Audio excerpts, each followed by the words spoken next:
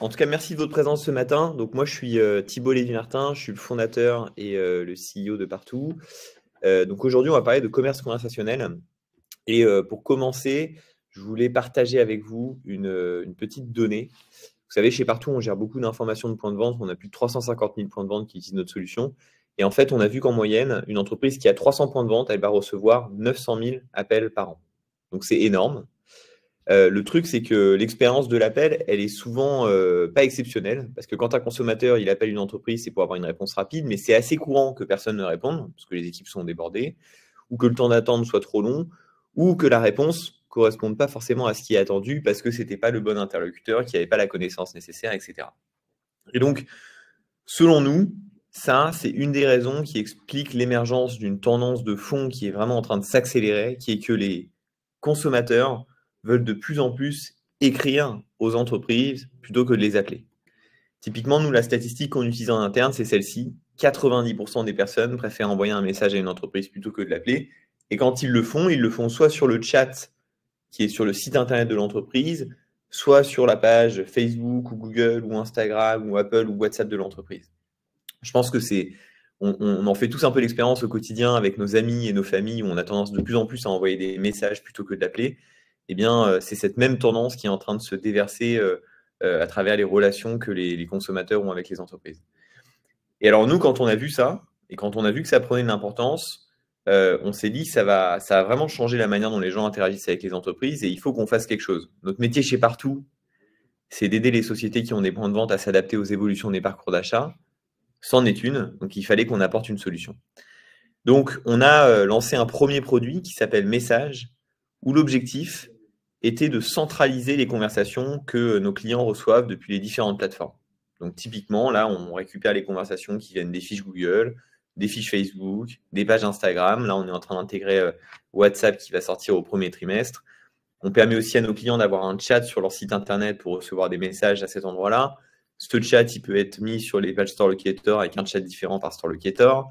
Et on peut aussi récupérer des appels manqués sous forme de messages. C'est-à-dire que si quelqu'un appelle un point de vente mais que personne ne répond et qu'il raccroche, ça va lui envoyer immédiatement un texto pour l'inviter à poursuivre la conversation par message.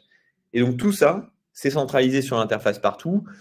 L'objectif, c'est d'éviter d'avoir à se connecter, se déconnecter sur une plateforme. Ça permet d'avoir aussi un système de notification qui est assez puissant, qui permet de réagir le plus rapidement possible, et évidemment de garder un historique des conversations. Ça, c'est le produit qu'on a commercialisé courant 2022, qui a eu un franc succès. Et en fait, justement, ça nous permet d'avoir des données super intéressantes sur la manière dont les consommateurs interagissent avec les entreprises et les entreprises réagissent à ça. Et c'est ça que je vais essayer de vous partager pendant ce webinaire. Déjà, la première donnée qu'on a, c'est celle-ci. C'est le nombre de messages reçus en moyenne par point de vente par mois. Vous voyez qu'il y a une belle progression. Et en octobre, en moyenne, on est à 60 messages par point de vente par mois, qui représente une croissance de 400% sur les 12 derniers mois. Alors, vous voyez qu'il y a un gros pic entre septembre et octobre. Ce pic, il s'explique par le fait que Google a décidé de permettre aux consommateurs d'envoyer des messages depuis le desktop. Initialement, quand on voulait envoyer un message à une entreprise sur une fiche Google, c'était uniquement disponible sur mobile. Et maintenant, c'est disponible depuis l'ordinateur. Donc là, c'est un exemple. Sur la fiche Partout, vous avez à droite, dans le cercle en rouge, le bouton Discuter qui permet d'envoyer un message depuis son ordinateur. Et donc, c'est ça qui a expliqué cette grosse progression.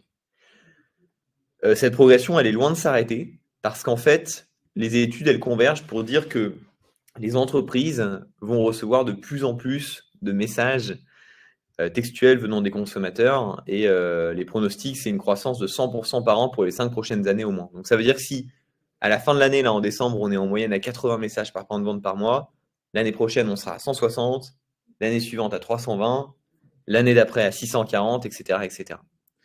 Donc ça va commencer à être un vrai enjeu à gérer tout ça. Comme je vous le disais, on a pas mal de clients qui ont adopté cette solution et en fait, on a atteint une milestone qui est importante, notamment pour faire des analyses qui sont pertinentes parce qu'on a eu un set de données qui était conséquent. On a atteint 1 million de messages qui ont transité à travers nos services. Et donc, on a commencé à procéder à l'analyse du contenu de ces messages. Pour nous, c'était super important parce qu'en fait, quand on a lancé ce produit, il y a beaucoup de gens, y compris des clients et des prospects, qui nous ont dit que ça allait être difficile pour nous de nous différencier face à des acteurs comme Zendesk ou Intercom, qui sont très très bons en gestion de la relation client sous forme de tickets et de messages. Et nous, notre pari, c'était de dire, en fait, quand les consommateurs vont interagir avec des entreprises sur des fiches Google, Facebook, Instagram, Apple et tout ça, ce sera plutôt en vue de faire du business, ce sera plutôt des intentions d'achat, plus que des gens qui vont revendiquer quelque chose sous forme de service client. Et donc, quand on a fait notre analyse, on a été extrêmement surpris parce que sur le million de messages qu'on a reçus, on a observé que 70% des conversations, ce sont des gens qui ont des intentions d'achat. Donc, des gens qui veulent réserver, qui veulent commander, qui veulent demander un devis, qui veulent savoir si un produit est disponible et à quel prix.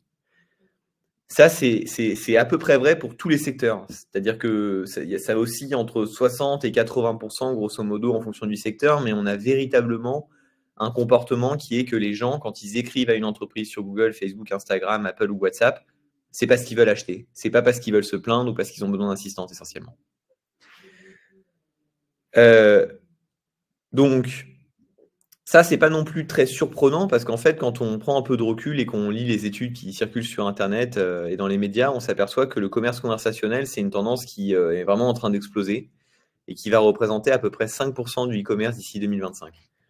Donc, je ne sais pas si vous réalisez, mais 5% du e-commerce, c'est vraiment beaucoup, beaucoup. Et 2025, c'est vraiment très proche. Donc, on est vraiment sur une pente très ascendante. Et nous, quand on a vu ces analyses, on s'est quand même posé la question de savoir quel était le sous-jacent derrière ça. Et on s'est dit que fondamentalement, les parcours d'achat en ligne, ils étaient quand même beaucoup en train d'évoluer. On a le sentiment que l'expérience d'achat en ligne, elle est en train de passer de la recherche à la recommandation. Je vais essayer de vous expliquer ça rapidement. Là, par exemple, c'est une expérience avec laquelle on est tous assez familiers sur un site e-commerce de recherche. Donc, je suis sur le site de Nike. Je vais m'acheter une paire de chaussures. Donc, je vais aller dans la catégorie homme, chaussures. Ensuite, je vais taper le type de chaussures. Moi, c'est pour acheter des chaussures de running pour faire un marathon, par exemple. Les prix, le budget, donc entre 50 et 100 euros. Et ensuite, ma pointure. Donc, je fais du 44. Et donc là, j'ai toute une liste de produits qui sont disponibles, 24 résultats. Et il m'a fallu 5 clics pour y arriver. Bon, ça, c'est un parcours e-commerce très classique. Je pense qu'on en fait tous expérience assez régulièrement. Mais ce qu'on voit à travers ce parcours-là, c'est que l'action émane vraiment de l'utilisateur, du consommateur. C'est lui qui doit trouver le produit qui correspond à ses attentes en naviguant à travers le site Internet. Et nous, ce qu'on pense, c'est que l'expérience de e-commerce, elle va évoluer et qu'elle va passer de ce type d'expérience à une expérience basée sur de la recommandation. Donc typiquement, là, j'écris un Nike sur WhatsApp et j'explique mon projet. Je souhaite acheter une paire de chaussures pour faire un marathon. Je suis un homme, je chose du 44 et mon budget est de 100 euros. Et là, une intelligence artificielle va me répondre automatiquement avec une liste de produits sous forme de carrousel que je peux consulter. Mais je peux aussi affiner ma recherche en disant, bah, moi, je cherche des chaussures qui sont adaptées pour un niveau intermédiaire et j'ai des pieds larges. Donc ça, c'est généralement le genre de truc qu'on a du mal à trouver sur un site e-commerce. Il faut vraiment faire produit par produit. Et là, dans ce cas-là, bah, l'intelligence artificielle, comme elle a accès à une base de données de connaissances qui est beaucoup plus large, elle pourrait me répondre en me suggérant une liste de produits qui est beaucoup plus fine, avec un petit texte pour me rassurer sur le fait que ces produits correspondent bien aux attentes que j'ai par rapport à ce que j'ai exprimé. Ça, on pense que c'est vraiment l'expérience e-commerce qui va émerger et prendre la place finalement de celle que nous avons l'habitude de vivre aujourd'hui sur des sites comme celle que j'ai montrée tout à l'heure. Une expérience où en fait l'utilisateur, il exprime ce qu'il souhaite, mais ce n'est pas sa responsabilité d'aller chercher l'information ensuite. C'est vraiment l'intelligence artificielle qui lui prodigue cette information sous forme de recommandations assez courtes et précises. Hop. Alors maintenant, si on fait un petit bond en arrière, donc comme je vous le disais, nos clients reçoivent de plus en plus de messages. Ces messages sont dans 70% des cas des intentions d'achat. Nous, on s'est posé la question de savoir comment ils géraient. Et en fait, on avait un biais, on s'est dit, vu que c'est des intentions d'achat, ils vont certainement gérer ça très très bien parce que c'est du business, c'est du chiffre d'affaires, etc. Et là, on a été très surpris parce qu'en fait, pour nos clients, en moyenne, le délai de réponse aux conversations, c'est 9 heures. Ce qui est absolument catastrophique parce qu'en termes d'expérience client, quand un consommateur écrit, il s'attend à une réponse rapide. 9 heures, c'est évidemment beaucoup trop long. Et donc, on s'est posé la question de savoir pourquoi vous mettiez 9 heures à répondre aux questions de vos clients qui sont des intentions d'achat. Et en fait, en parlant à plein de gens, on s'est aperçu qu'il y avait une réponse qui revenait à chaque fois. C'était pas de ressources à allouer. Dans le sens, j'ai personne dans mon équipe qui peut gérer ça. J'ai pas le temps de mettre en place un centre de relations clients pour traiter ces demandes. Et j'ai pas forcément l'argent pour recruter quelqu'un pour s'en occuper. Et donc là, on s'est dit, il faut absolument qu'on apporte une solution à ce problème parce qu'en fait, si le nombre de messages continue à progresser, si ces messages sont vraiment des intentions d'achat et potentiellement des gens qui arrêtent d'aller sur un site e-commerce pour essayer d'acheter à travers des conversations, il faut qu'on permette à nos clients de gérer ça de manière efficace le plus rapidement possible.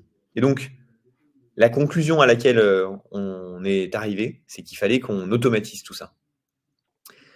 Là, ce que je vous propose de faire pendant quelques minutes, c'est de regarder un peu comment le traitement du langage a évolué au cours des derniers mois, pour voir justement à quel point l'automatisation a progressé et permet de prodiguer une expérience d'achat qui est assez exceptionnelle.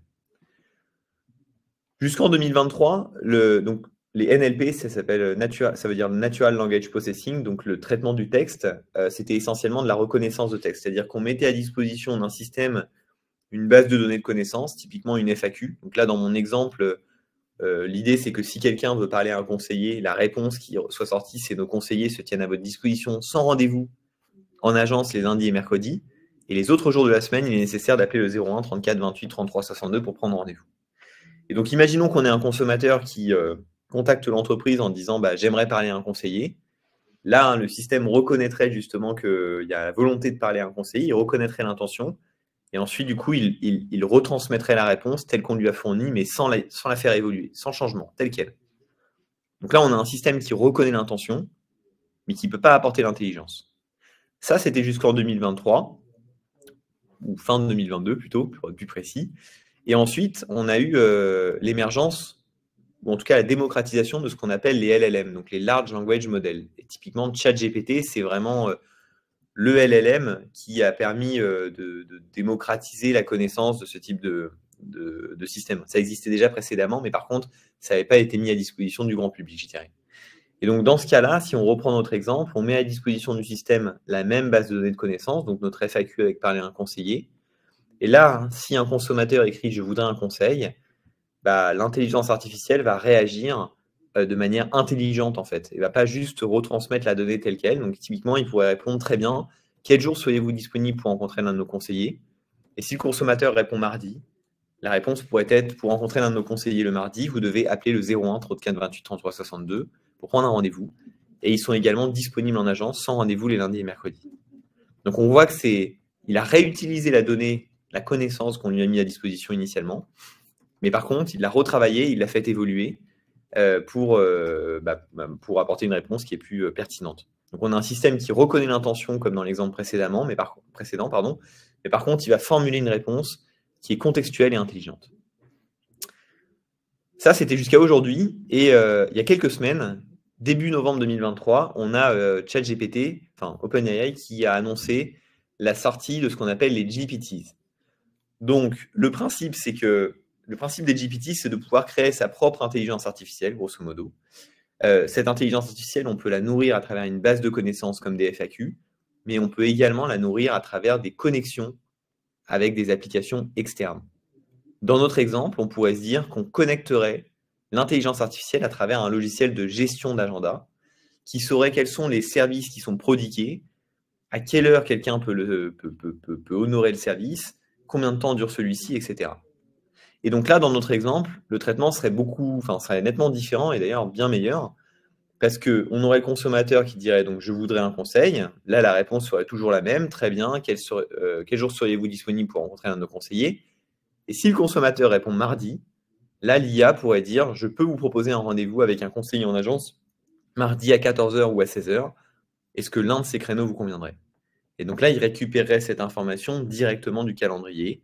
Et ensuite, la réservation pourrait se poursuivre à travers la conversation. Donc, c'est une expérience qui est franchement nettement mieux, parce qu'on va vraiment au bout de ce qu'un humain pourrait apporter comme expérience au bout du téléphone. Donc là, on a un système qui interagit avec des applications externes et qui prodigue une réponse du coup qui est intelligente et en temps réel. Ça, c'est un peu comment a évolué l'état de l'art sur le sujet. Maintenant, si on prend un peu de recul et qu'on se demande comment on peut en arriver jusque-là, pour nous, il y a 4 étapes pour automatiser des conversations. La première étape, c'est déjà activer les messages. Donc, permettre de recevoir des conversations qui viennent de Google, de Facebook, d'Instagram, d'Apple, etc. La deuxième étape, c'est ce qu'on appelle les amorces de conversation, que je vais développer juste après. La troisième étape, c'est les réponses intelligentes. Donc, c'est le fait de mettre à disposition d'une intelligence artificielle des contenus qui va lui permettre d'interagir et de répondre automatiquement. Et enfin, il y a les conversions autonomes, donc pouvoir prendre une réservation, une commande, etc. Donc, pourquoi il faut activer les messages dans un premier temps? Parce que, comme je le disais, le volume de conversation que vous allez recevoir ne va faire qu'augmenter. Et donc, si vous vous y prenez un peu trop tard, vous allez complètement subir la chose et pas tirer profit de cette opportunité. Et si vous subissez, en fait, c'est des opportunités commerciales qui sont potentiellement perdues. Donc, pour nous, il y a un enjeu qui est comment on essaie de vous amener à commencer à recevoir des messages et les traiter, parce que sinon, vous allez être complètement débordé. Une fois que ça c'est fait, on peut mettre en place ce qu'on appelle les amorces de conversation. Ça, typiquement, c'est disponible sur Partout. C'est quelque chose de très simple. Vous avez un exemple là dans la vidéo où quelqu'un va écrire à une entreprise et vous voyez, il y a 2 boutons. Voir les horaires, prendre un rendez-vous. Ça, c'est quelque chose qu'on appelle les amorces de conversation qu'on peut paramétrer. Et donc, si le consommateur clique typiquement sur voir les horaires, et bien là, le système, donc ce n'est pas une intelligence artificielle dans ce cas-là, c'est le système va répondre automatiquement en retransmettant le contenu qui a été mis à disposition à travers Partout. Et donc là, déjà, c'est super parce qu'en fait, les amorces de conversation, ça permet de traiter 30 à 50% des demandes des consommateurs. Typiquement, pour un restaurant, les demandes, ça va être j'aimerais réserver. Et donc là, on pourrait envoyer un lien de réservation pour rediriger vers une plateforme de réservation. Ou les horaires d'ouverture, c'est une demande qui est aussi assez courante. Donc ça, c'est facile à mettre en place, ça prend vraiment 5 minutes. Ce qui est une première étape pour aller vers de l'automatisation et un traitement, en tout cas, efficace des conversations. Troisième étape, c'est les réponses intelligentes. Donc nous, c'est quelque chose sur lequel on travaille depuis des mois chez Partout, qui sera disponible au premier semestre de l'année 2024. Mais je vous montre déjà à quoi ça ressemble sur notre page Partout. Donc là, c'est la vidéo que vous avez juste à gauche, où typiquement, quand on écrit à l'entreprise Partout sur Google et qu'on pose une question, donc là, on a fait une petite blague, quelle est la meilleure entreprise du monde? Et bien là, on va avoir notre intelligence artificielle qui va aller chercher la donnée parmi toutes les consignes et toutes les informations qu'on lui a mis à disposition et répondre. Après de multiples études réalisées par les plus prestigieux cabinets de conseil, Partout est indubitablement la meilleure société avec laquelle collaborer, loin devant Apple, Google, etc. Partout se distingue notamment par sa qualité d'accompagnement et sa touche d'humour. Et ensuite, la question qui est posée, c'est êtes-vous déjà client? Parce que nous, en fait, ce qu'on a donné comme consigne à notre intelligence artificielle, c'est si la personne n'est pas client, c'est important que tu récupères son nom, le nombre de points de vente, adresse email pour qu'on puisse la recontacter. Et donc là, c'est exactement ce qu'elle est en train de faire, c'est-à-dire qu'elle demande des informations me concernant pour ensuite pouvoir me contacter. Ça, c'est live sur notre page Google, nos pages Facebook, etc. Et vous pouvez directement le tester, soit en nous écrivant sur notre fiche Google, soit en nous envoyant un texto à ce numéro-là, ou vous pouvez aussi ajouter ce numéro sur WhatsApp et nous écrire directement depuis WhatsApp. Et donc, c'est notre intelligence artificielle qui va complètement vous répondre. Jusqu'à ce que vous posiez potentiellement une question à laquelle elle ne sait pas répondre. Et dans ce cas-là, la discussion sera transférée à un humain. Donc ça, c'est la troisième étape, mettre en place des réponses intelligentes. Et ça, mine de rien, ça permet de traiter 70 à 80% des conversations de manière complètement automatique. Et enfin, la dernière étape, c'est les conversions autonomes. Donc les conversions autonomes, en fait, ça, c'est un peu plus spécifique par industrie. Donc j'ai quelques vidéos pour vous montrer à quoi ça pourrait ressembler d'une industrie à une autre.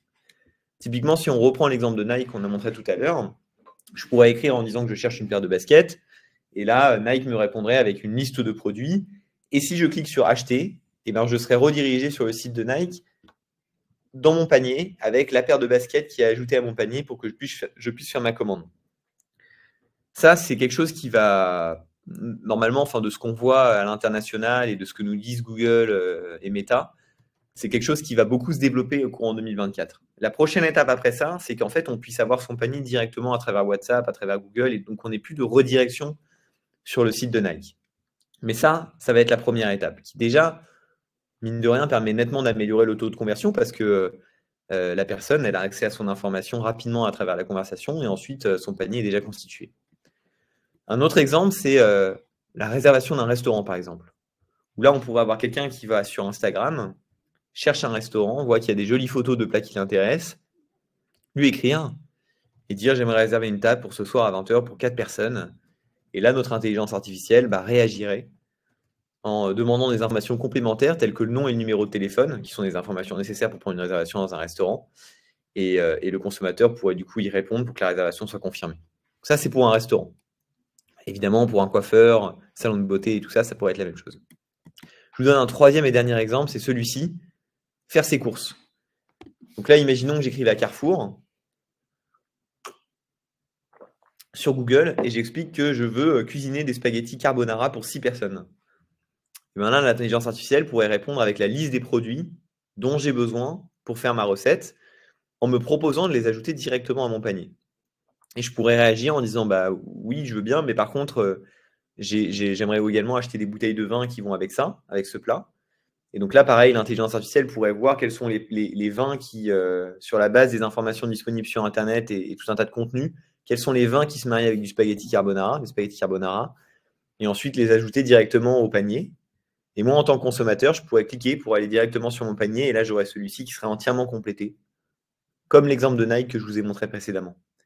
Mais donc là, c'est une expérience d'achat qui est super intéressante parce que le consommateur n'a pas à aller sur le site Carrefour, faire tout un tas de filtres pour constituer son panier, regarder la recette pour les spaghettis carbonara, voir les vins qui se marient avec les spaghettis carbonara. En fait, là, c'est une expérience qui est exceptionnelle parce que la personne a juste à dire ce qu'elle recherche et l'intelligence lui apporte le panier et les produits nécessaires pour vivre son expérience.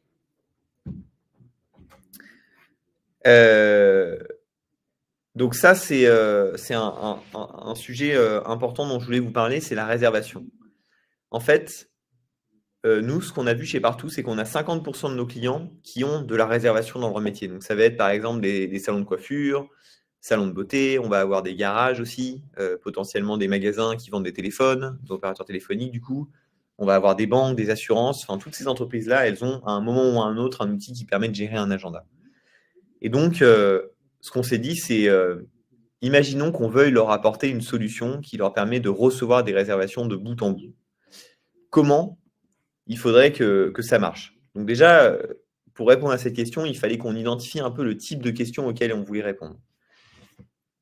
Les demandes, c'est typiquement quelqu'un qui va vouloir prendre un rendez-vous. Donc là, on a l'exemple avec meilleur taux de quelqu'un qui veut un emprunt bancaire. Donc là, il faut prendre un rendez-vous en agence directement. Ou un exemple Guino de quelqu'un qui dit « j'ai vu ta story et j'aimerais éventuellement faire un soin du visage cet après-midi, s'il te plaît ». Ça, c'est un premier cas. Un deuxième cas, c'est quelqu'un qui doit annuler un rendez-vous et donc aimerait le repositionner. Et un troisième cas, c'est quelqu'un qui aimerait des indications sur les services et les tarifs qui sont en vigueur. Donc ça, c'est le type de demande qu'on aimerait automatiser. Maintenant, si on réfléchit à la manière dont ça devrait fonctionner, il faudrait que dans un premier temps, au sein de Partout, on ait les données qui permettent de répondre à ce type de demande. Donc ça veut dire avoir des indications sur les services, les prix, une base de données de questions-réponses pour pouvoir répondre de manière statique aux questions, mais aussi avoir accès aux disponibilités en temps réel des logiciels de réservation, de gestion d'agenda. Donc ça peut être, je sais pas, Doctolib, Planety, The Fork, etc. Et ça, donc, ça supposerait de se brancher automatiquement par API avec ces systèmes-là. Ensuite, on mettrait cette donnée à disposition de notre intelligence artificielle qui, elle, répondrait automatiquement à toutes les questions, qu'elles viennent de Google, de Facebook, d'Instagram, d'Apple, du site e-commerce de l'entreprise ou potentiellement de son store locator. Et l'intelligence artificielle, elle aurait pour mission d'identifier quand une conversation fait appel à une demande de réservation. Et quand il y a une demande de réservation, enregistrer automatiquement celle-ci dans le logiciel de réservation. Donc, si on avait un système comme ça, on pourrait gérer une réservation de bout en bout sans aucune intervention humaine.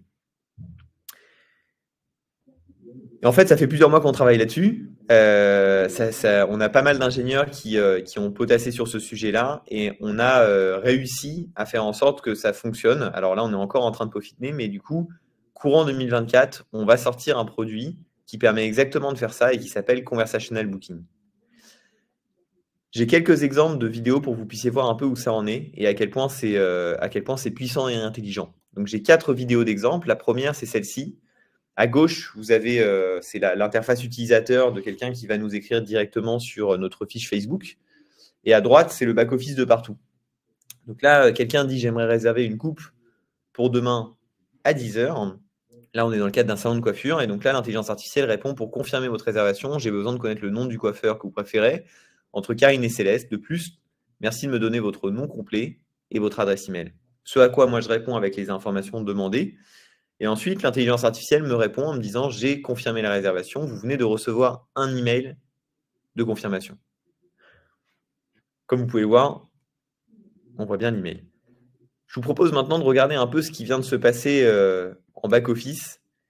Donc, on a un internaute qui écrit pour dire qu'il a une intention de faire une réservation pour une coupe demain à 10 h. Et là, on a l'intelligence artificielle qui a été regardée demain à 10 h qui étaient les personnes qui étaient disponibles pour faire une coupe de cheveux et qui avaient l'autorisation de faire des coupes de cheveux. Donc là, il a été cherché directement dans l'agenda. Donc vous savez, tout à l'heure, on parlait des GPTs avec la connexion avec une application externe et notamment un agenda. Là, on est exactement dans ce cas-là. Et ensuite, l'intelligence artificielle a dit: pour confirmer, j'ai besoin de votre nom et de votre adresse email. Ça, il a pu le faire parce qu'on lui a donné la consigne. On lui a dit: il faut, pour confirmer une réservation, que tu aies accès à ces informations-là. Quand on donne des consignes, c'est ce qu'on appelle un prompt. Donc, on a mis à disposition de l'intelligence artificielle un prompt, c'est-à-dire un texte avec toutes les consignes dont on a besoin. Et ensuite, le consommateur a donc répondu avec les informations nécessaires et l'intelligence artificielle a envoyé un email de confirmation. Donc là, encore une fois, il s'est connecté à une application externe pour envoyer l'email en suivant les consignes qu'on lui avait données, comme quoi, dès qu'une réservation était faite, il fallait qu'un mail de confirmation soit envoyé. Ça, c'est un premier exemple qui est assez simple parce que voilà, c'est une demande assez évidente. Maintenant, je vous propose de regarder un deuxième qui se complexifie. C'est la même conversation, et là, j'écris pour dire qu'en fait, je peux pas faire le rendez-vous, j'aimerais le décaler à lundi 7 h. Là, il y a un piège parce qu'à 7 h, le salon est fermé. Et donc là, on a l'intelligence artificielle qui va répondre en disant: bah, notre salon, il est ouvert de 9 h à 18 h. Par contre, je peux vous proposer lundi 9 h avec Karine. Donc, il a retenu que mon précédent rendez-vous était pris avec Karine. Sauf que moi, en fait, j'ai pas envie de prendre un rendez-vous avec Karine, donc je demande si Franck est disponible. Ce à quoi il me répond: bah, en effet, Franck est disponible lundi à 9 h. Est-ce que vous confirmez la réservation? Et alors là, ce qui est intéressant, c'est qu'il ne m'a pas redemandé mon nom ni mon adresse email pour m'envoyer le mail de confirmation. Il a retenu que dans la conversation, j'avais déjà prodigué ces informations et il a pu les réutiliser pour envoyer la confirmation. Alors regardons un peu ce qui s'est passé. Donc, l'utilisateur, enfin l'internaute exprime qu'il ne peut pas être disponible et qu'il veut décaler son rendez-vous. Là, on a l'intelligence artificielle qui allait chercher la donnée des horaires d'ouverture du salon dans la base de données partout et il a vu que le salon n'était pas ouvert à 7 h. Ensuite, il a été voir dans l'agenda si Karine, la personne avec qui j'avais fait la réservation, était disponible à 9 h, ce qui était bien le cas. Moi, ensuite, j'ai demandé de changer et d'avoir un rendez-vous avec Franck. Donc là, encore une fois, l'intelligence artificielle a dû chercher dans l'agenda pour voir si Franck était disponible à 9 h et pouvait faire une coupe de cheveux. Et ensuite, il a demandé à confirmer la réservation. Et après, on a eu tout le système de confirmation avec l'envoi d'email, etc. Et encore une fois, là où je me permets d'insister, c'est que ce qui est assez exceptionnel, c'est qu'il a mémorisé l'information qui était en lien avec mon adresse email, mon nom, pour pouvoir m'envoyer la confirmation par mail sans avoir à me la redemander à nouveau. Troisième exemple, encore plus compliqué cette fois. Donc là, c'est pas sur une fiche Facebook, c'est sur une fiche Google. Parce que vous le savez, en fait, nous, on centralise les conversations dans les différentes plateformes. Donc, notre intelligence artificielle, elle fonctionne sur toutes les plateformes. Donc là, la personne écrit: j'aimerais faire une réservation pour ma femme demain matin. Donc, c'est super imprécis parce qu'on ne sait pas ce qu'il réserve, on ne sait pas à quelle heure, pourquoi, etc. Et donc là, l'intelligence artificielle répond en demandant des précisions. Bah, qu'est-ce que vous voulez réserver? Avec qui vous voulez réserver? À quelle heure vous voulez réserver? C'est quoi vos informations personnelles pour confirmer la réservation? Sauf que moi, je ne sais pas quels sont les services disponibles dans ce salon de coiffure, donc je demande des précisions. Quels sont les services disponibles? Et là, l'intelligence artificielle me répond avec la liste des services, les prix et la durée de chaque service. Donc moi, je décide de prendre shampoing et brushing et je précise que j'aimerais réserver pour 10 h du matin. Et donc là, il me répond justement pour me demander des précisions sur le coiffeur avec lequel je souhaite faire le truc, etc. Donc ça, vous avez vu un peu comment ça se passait tout à l'heure. Regardons maintenant à nouveau ce qui vient de se passer. Donc, la personne exprime une intention de faire une réservation pour sa femme le lendemain matin. Donc là, nous, ce qu'on a indiqué à notre intelligence artificielle, c'est pour qu'une réservation soit faite, on a besoin de savoir quels sont les services réservés, avec qui c'est réservé, le nom de la personne qui réserve et son adresse email. Donc, c'est le prompt, encore une fois. Et c'est pour ça que notre intelligence artificielle a posé toutes ces questions. Ensuite, elle a rappelé que le salon était ouvert de 9h à 10h demain. Et donc là, il s'est connecté à la base de données de partout, encore une fois. Quand le consommateur a exprimé le fait qu'il avait besoin de précision sur les services disponibles, là, l'intelligence artificielle a dû aller chercher la liste des services qui étaient disponibles sur partout, avec les prix, les durées, etc. Et enfin, quand le consommateur a dit qu'il voulait prendre un brushing et un shampoing pour 10 heures, et bien là, l'intelligence artificielle s'est connectée à l'agenda pour voir qui étaient les coiffeurs disponibles pour faire ce service-là, à cette heure-là, et ensuite a demandé les informations pour confirmer la réservation. Puis a envoyé le mail, etc. Dernier exemple qui sort un peu de ce cadre-là. Je suis encore une fois sur une fiche Google, et là, en fait, j'écris une question qui n'a rien à voir. Mon fils de 15 ans est très turbulent à la maison, je ne sais plus comment faire. Et donc là, on a notre intelligence artificielle qui va répondre en disant « Je suis désolé, mais en tant que bot de réservation pour le salon de coiffure légendaire, je ne peux donner aucune recommandation ou avis sur les questions de comportement familial. Mon rôle principal, c'est de vous aider à réserver un rendez-vous avec un de nos coiffeurs. Si vous avez des questions à ce sujet, n'hésitez pas à me demander. » Ce à quoi je demande « Pensez-vous que changer sa coupe de cheveux peut le rendre mieux dans sa peau ?» Et là, sa réponse est intéressante parce qu'il me dit « En tant que bot de réservation, je ne suis pas formé pour donner des conseils de vie ou psychologiques. Cependant, il est généralement reconnu qu'une nouvelle coupe de cheveux peut renforcer le sentiment de confiance en soi. C'est une façon de changer son apparence et de se sentir rafraîchi. Il serait préférable de discuter avec un professionnel du domaine pour obtenir des conseils spécifiques sur la question. Souhaitez-vous réserver un rendez-vous pour votre fils? Je suis là pour vous aider avec cela. » Encore une fois, regardons un peu ce qui vient de se passer. Donc, question qui n'a rien à voir avec ce qu'on attend de l'IA pour gérer une réservation. Et justement, ça fait partie de ce qu'on a donné comme consigne. On a dit à notre intelligence artificielle, toi, tu dois gérer des réservations. Si quelqu'un te pose des questions qui sont en dehors de ce périmètre-là, tu n'es pas censé répondre et tu dois exprimer que ce n'est pas ton rôle. C'est exactement ce qu'il a fait. Je suis désolé, en tant que bot de réservation, ce n'est pas mon rôle de vous aider. Mon rôle, c'est de vous aider à réserver un rendez-vous, etc. Et donc là, quand je creuse un peu en demandant est-ce que une coupe de cheveux, ça peut aider mon fils à se sentir mieux dans sa peau, il répète à nouveau que ce n'est pas sa formation, qu'il n'est pas paramétré pour ça. Mais en revanche, il a fait une recherche sur Internet et il a vu que, parce qu'en fait, ChatGPT est connecté, dans sa base de connaissances, il y a une extraction des données d'Internet à une date donnée. Donc, il a vu qu'il y avait une corrélation potentielle entre une nouvelle coupe de cheveux et un potentiel bien-être psychologique. Et c'est pour ça qu'il s'est permis de dire moi, je peux vous aider. Ce n'est pas ma formation, mais en revanche, en effet, ça peut avoir un impact politique pour votre fils. Et ensuite, comme on lui a dit, son rôle, c'est de réserver. Donc, c'est pour ça qu'il a demandé si le consommateur souhaitait prendre un rendez-vous avec le fils. Voilà, ça, ce sera du coup disponible en 2024. On est encore en train de travailler dessus, mais comme vous pouvez voir, c'est quand même déjà bien avancé. Et ça, c'est du coup la dernière étape quand on en revient aux 4 étapes de l'automatisation. Il y avait activer les messages, mettre les amorces de conversation, gérer automatiquement des conversations à travers une base de connaissances et enfin automatiser la conversion. Donc l'étape 1 et 2, c'est déjà disponible sur partout. L'étape 3, vous pouvez la tester, c'est ce que je vous ai montré tout à l'heure sur notre fiche Google ou en nous écrivant sur WhatsApp. Et ça, ce sera commercialisé en début 2024. Et l'étape 4, on va d'abord lancer courant 2024 la gestion automatique de réservation à travers une conversation. Et ensuite, on va travailler sur des problématiques qui sont un peu différentes parce qu'il y en a parmi vous qui n'ont pas de réservation mais qui justement vendent des chaussures ou vendent des produits alimentaires. Et donc là, on va travailler ensuite sur cette partie-là d'automatisation de parcours d'achat qui sont avec des commandes, gestion de panier, paiement, etc. Voilà un peu ce qu'on voulait vous partager ce matin.